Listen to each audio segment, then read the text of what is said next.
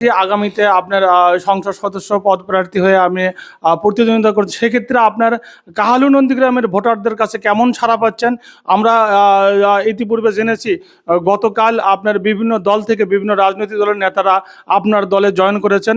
শহীদ রাষ্ট্রপতি জিয়াউর রহমানের ধানের শীষে হাতে নিয়ে তারা স্লোগানও দিয়েছেন।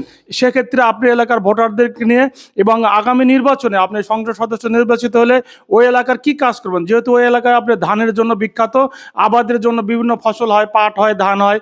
এই আবাদগুলোর জন্য সংরক্ষণের জন্য আমরা কি ভূমিকা পালন করবেন সংসদে গিয়ে? ধন্যবাদ আপনাকে। আপনি জানেন যে বগুড়াতে গতকালকে দেখেছেন সন্ধ্যায় প্রায় ২১ জন জামাত ইসলাম যারা করতো, অ্যাকচুয়ালি তারা জামাত ইসলাম করতো না, একটা সময় বিএনপি করতো, কিন্তু সরকারের নানামুখী চাপের কারণে তারা বিভিন্ন দিশাহারা হয়ে বিভিন্ন দলে গিয়েছিল। আবার ঘরের ছেলে তারা ঘরেই ফিরে এসেছে। তারা জামাতের সঙ্গে সম্পৃক্ত হয়েছিল, তারা নিজেরাই স্লোগান দিয়েছে। আমি তাদেরকে জিজ্ঞাসা করেছি যে আপনাদেরকে কেউ কি জোর করে এখানে এনেছে? তারা বলে যে আমরা স্বইচ্ছায় বগুড়ার মাটির সন্তান জনাব তারেক রহমান এবং ধানের শীষের প্রতি শ্রদ্ধা এবং ভালোবাসা জানিয়ে আমরা বিগত সময় ভুল করেছিলাম, আমরা আবার ধানের শীষে ফিরে এসেছি। আমরা তাদেরকে অভিনন্দন জানিয়েছি যে বগুড়ার সন্তান, বগুড়ার মাটির সন্তান, বগুড়ার সর্বোচ্চ উন্নয়নে কাজ করেছে জিয়া পরিবার।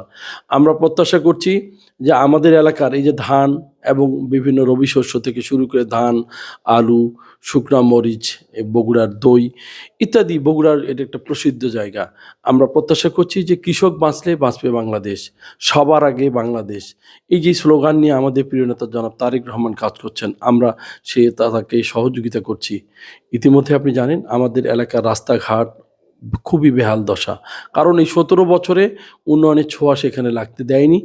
সমস্ত প্রজেক্টগুলো বন্ধ করে রেখেছিল। তাদের কৃষির যদি তার ফসল উৎপাদন করার পরে সেটা যদি বাজারজাতকরণ করতে না পারে, তাহলে সেখানে কিন্তু সে সবচাইতে বড় হতাশ হয়। দেখেন, একটা রাস্তা, একটা ১ মণ ধান যদি নিয়ে আসার জন্য তাকে ৫০ টাকা কস্টিং দিতে হয়, তাহলে সে মানুষটা সবচেয়ে কষ্টে থাকে।